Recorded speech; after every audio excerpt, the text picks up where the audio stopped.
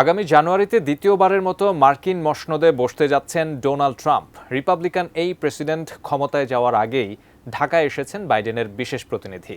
প্রশ্ন হচ্ছে, বাইডেনের বিদায় বেলায় হঠাৎ কেন এই সফর?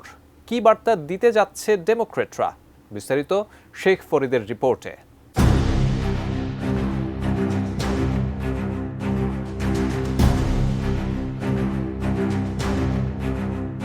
ঢাকায় এসেছেন মার্কিন প্রেসিডেন্ট জো বাইডেনের বিশেষ প্রতিনিধি দল। 22 নভেম্বর শুক্রবার সকালে ঢাকায় পৌঁছার পরই শ্রমিক সংগঠন সলিডারিটি সেন্টারের সঙ্গে বৈঠক করেছেন তারা। এছাড়াও সরকারের প্রতিটি পক্ষের সঙ্গে বৈঠকের কথা রয়েছে এ দলটির।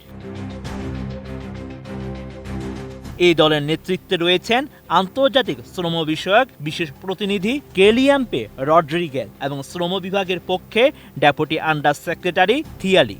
বাংলাদেশে টেকসই অর্থনীতি, স্থিতিশীলতা প্রবৃদ্ধির পাশাপাশি অর্থবহ ও মানসম্পন্ন চাকরির ক্ষেত্রে সহযোগিতার লক্ষ্যে 4 দিনের সরকারি সফরে এসেছেন তারা।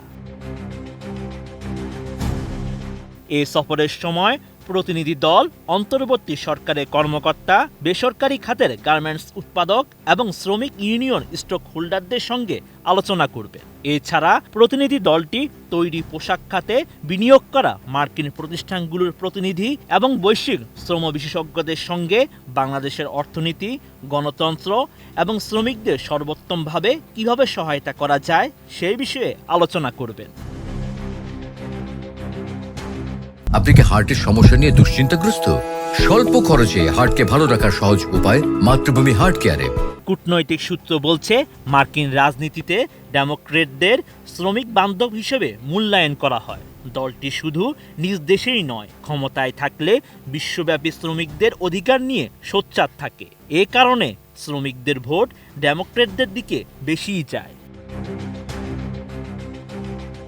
2020 সালে জো বাইডেন প্রেসিডেন্ট নির্বাচিত হয়ে আন্তর্জাতিক সম্পর্ক এগিয়ে নেওয়ার ক্ষেত্রে মানবাধিকার, গণতন্ত্র ও শ্রম অধিকারকে ভিত্তি হিসেবে ঘোষণা করেন। অন্যদিকে মালিক বান্ধব সরকার হিসেবে মূল্যায়ন করা হয় রিপাবলিকানদের।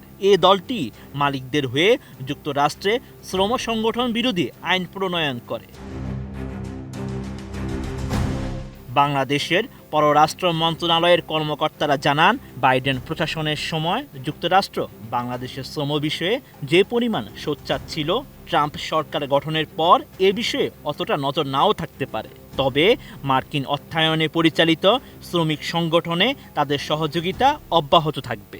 এতে ডেমোক্রেটরা ভবিষ্যতে দেখতে পারবে সরকারের শেষ দিন পর্যন্ত দলটি শ্রমিকদের পক্ষে কাজ করে গেছে।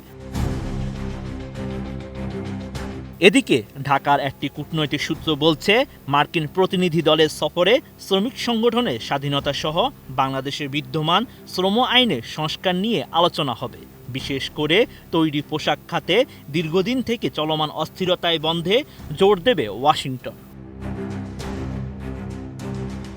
Sheikh Farid, ATN news.